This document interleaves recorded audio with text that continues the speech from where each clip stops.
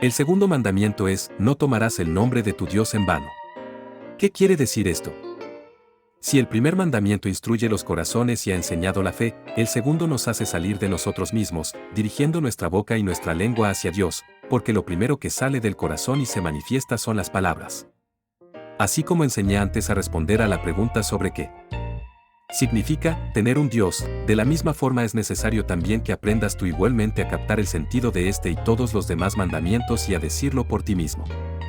Si se pregunta ahora, ¿cómo entiendes tú el segundo mandamiento o qué significa tomar en vano o abusar del nombre de Dios? Responde muy brevemente del modo siguiente: abusar del nombre de Dios es cuando se llama a Dios, el Señor, de un modo u otro, para mentir o faltar a la virtud. Por este motivo, ha sido ordenado que no apliquemos falsamente el nombre de Dios, ni lo pronunciemos de boca, en circunstancias que el corazón sabe bien o debería saberlo que las cosas son de otro modo, como, por ejemplo, al prestar juramento ante un tribunal de justicia, una parte engaña a la otra. No existe peor manera de usar el nombre de Dios que servirse de él para mentir y engañar. Toma esto como la explicación más clara y el sentido más captable de este mandamiento. El abuso del nombre de Dios, de lo que acabamos de exponer, puede calcular cada cual cuánto y con qué medios tan diversos se abusa del nombre de Dios. Aunque no es posible enumerar todos estos abusos, digamos escuetamente que todo abuso del nombre de Dios tiene lugar primeramente en las gestiones y cosas de este mundo que se refieren al dinero, a los bienes y al honor, las cuales se ventilan, ora públicamente ante un tribunal, ora en el mercado u otro lugar cualquiera, donde se jura y hacen falsos juramentos, invocando el nombre de Dios o jurando una cosa por el alma. Es muy frecuente tal proceder en asuntos matrimoniales, donde ambos contrayentes se prestaron mutuamente el juramento y después renegaron de este. Pero donde dicho abuso se produce principalmente es en las cosas espirituales que conciernen a la conciencia, cuando surgen falsos predicadores que presentan sus invenciones mentirosas como la palabra de Dios. Mira, esto indica que los hombres tratan de engalanarse, conestar y disimular y tener razón bajo el nombre divino, trátese de asuntos vulgares del mundo o de las elevadas y sutiles cuestiones de la fe y de la doctrina.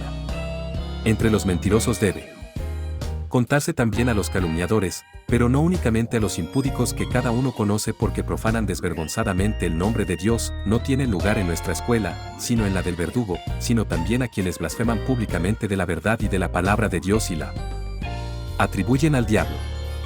No es preciso que hablemos más ahora de esto. Se trata más bien de que aprendamos aquí y consideremos de todo corazón la suma importancia de este mandamiento, a fin de poder guardarnos con todo celo y huir de cualquier abuso del nombre sacrosanto, como del pecado más grande, que se manifiesta hacia afuera. Pues el mentir y el engañar son de por sí grandes pecados de gravedad y su gravedad se acentúa si se quiere aún justificarlos y para confirmarlos se aplica el nombre de Dios, a modo de vergonzante tapadera, de tal manera que de una mentira se hacen dos y hasta una multitud de mentiras. Por esto, ha añadido también Dios a este mandamiento una seria amenaza que dice, porque no dará por inocente el Señor al que tomare su nombre en vano, según dice Éxodo 20. Esto es, no existirá excepción alguna y nadie podrá librarse del castigo de Dios, si no consiente que impunemente alejemos nuestro corazón de él, tampoco accederá a que se pronuncie su nombre para encubrir la mentira. Pero, lamentablemente es una plaga muy extendida en todo el mundo, de modo que son muy pocos los que no emplean el nombre divino para mentir y toda clase de maldad, muy pocos son los que confían de corazón solamente en Dios. En efecto, por naturaleza todos tenemos la bella virtud de, una vez cometida una mala acción, querer cubrir y engalanar con gusto la vergüenza para que nadie la vea o conozca. No hay nadie tan audaz como para vanagloriarse ante alguien de la maldad que cometió, todos prefieren ocultarla antes de que se advierta. Pero si alguien es acusado, entonces se invoca a Dios, se apela a su nombre, volviendo así la fechoría en un acto de piedad y la vergüenza, en un honor. Así es el curso acostumbrado del mundo que, como un gran diluvio, irrumpe en todos los pueblos. De aquí viene que recibamos la recompensa que buscamos y merecemos: epidemias, guerras, carestías, incendios, inundaciones, mujeres, hijos y servidores corrompidos y todo género de desórdenes. De lo contrario, ¿de dónde vendría tanta miseria? Es ya una gran gracia el mero hecho de que la tierra nos soporte y alimente. Habrá de cuidarse, por consiguiente, de que sobre todo los jóvenes atiendan seriamente y se acostumbren de verdad a tener en alta estima el segundo mandamiento y los demás. Si lo infringiesen, castígueselos con la vara, hágase que tengan el mandamiento a la vista e incúlqueselos siempre, a fin de Que no solo sean educados bajo el castigo, sino también en el respeto y temor de Dios. El uso adecuado del nombre de Dios, después de lo dicho, entenderás que significa abusar del nombre de Dios.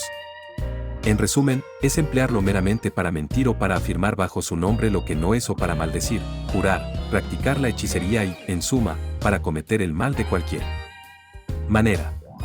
Al mismo tiempo, aprenderás a usar debidamente el nombre de Dios. Ya las palabras, no tomarás el nombre de tu Dios en vano, dan por sentado que deberá ser usado debidamente.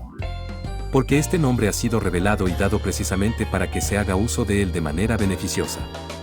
Por consiguiente, se deduce que, al estar prohibido hacer mención del nombre de Dios para mentir y faltar, por otro lado ordena también usarlo en pro de la verdad y todo bien. Así es, por ejemplo, cuando se jura correctamente, donde es necesario y de la misma forma ocurre, cuando se enseña correctamente, e igualmente, cuando se invoca el nombre divino en todo tipo de necesidad o, también, para alabar y dar gracias a Dios cuando a uno le va bien, etc. Así lo compendia y expone el Salmo 50, invócame en el tiempo de la angustia, te libraré, y tú me honrarás.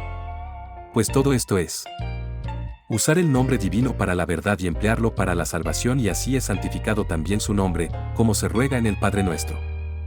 Con lo dicho, tenemos explicado un compendio de todo el segundo mandamiento. Esta manera de comprenderlo resuelve fácilmente la cuestión que a tantos maestros ha preocupado, acerca del motivo de la prohibición de jurar en el Evangelio, a pesar de que Jesucristo, en Mateo 26, el apóstol Pablo, en Gálatas capítulo 1 y 2 Corintios 1, y otros santos varones jurasen repetidas veces. Expliquémoslo brevemente. No debe prestarse juramento para hacer el mal, es decir, para mentir o cuando el jurar es innecesario e inútil. Pero se debe jurar para hacer el bien y en beneficio del prójimo. Tal juramento es una muy buena obra, con la que Dios es alabado, la verdad y el derecho, confirmados, la mentira, refutada, la paz entre los hombres, restablecida, la obediencia, impuesta y la contienda pacificada. Y es Dios mismo el que interviene para diferenciar entre lo justo e injusto, entre lo bueno y lo malo. Si una de las partes jura en falso, ella misma al hacerlo se dicta ya su propia sentencia y no escapará al castigo divino. Aunque se pueda postergar por un cierto tiempo, sin embargo, nada conseguirá.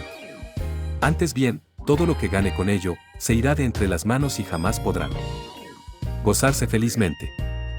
He conocido por la experiencia que quienes se retractaron de la promesa de matrimonio que habían hecho, después no tuvieron ninguna hora buena, ni siquiera un día con salud y se arruinaron tanto en el cuerpo y en el alma como en sus bienes.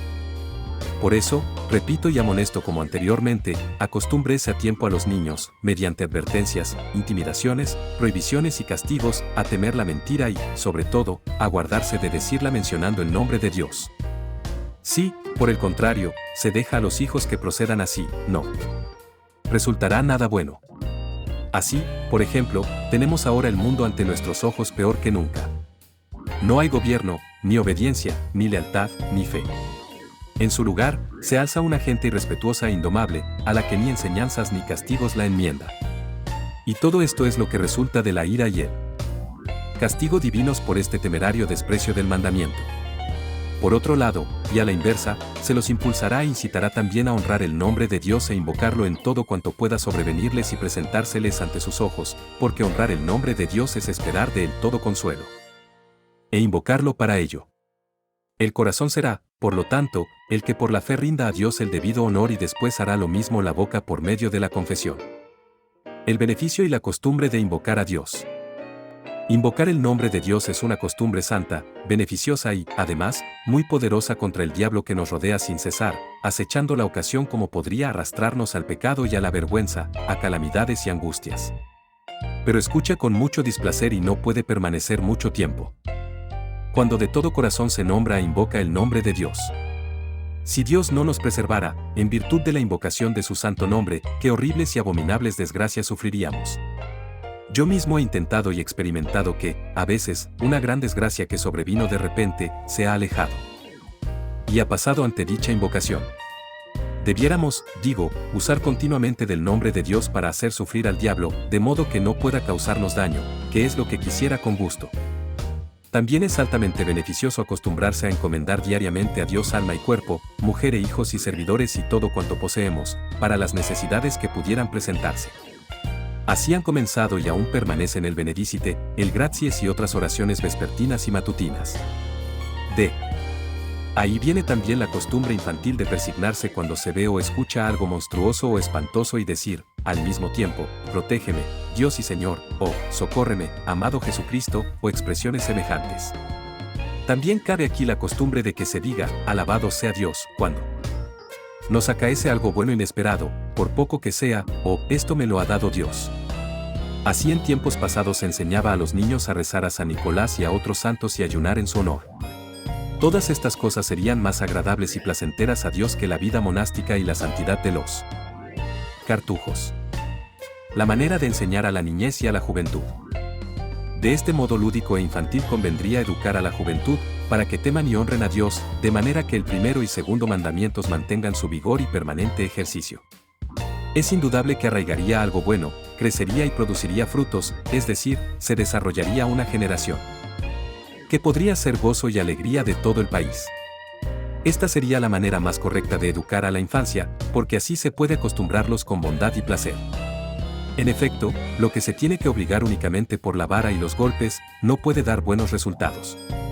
Y si se lograra mucho, la piedad así inculcada durará mientras la vara amenace sobre la nuca. Pero esto se arraiga aquí en el corazón, de manera que se teme más a Dios que a la vara y las correas. Lo digo sencillamente para la juventud con el objeto de que lo capte de una vez. Porque si predicamos a los niños, debemos usar también su lenguaje. De esta manera hemos indicado cómo evitar el mal uso del nombre divino y hemos enseñado su utilización correcta. Mas tal uso no se reducirá únicamente a los límites de la palabra, sino que deberá también estar en práctica en la vida, de modo que se conozca que tal cosa agrada de corazón a Dios, quien lo recompensará tan generosamente, como castigará severamente el abuso.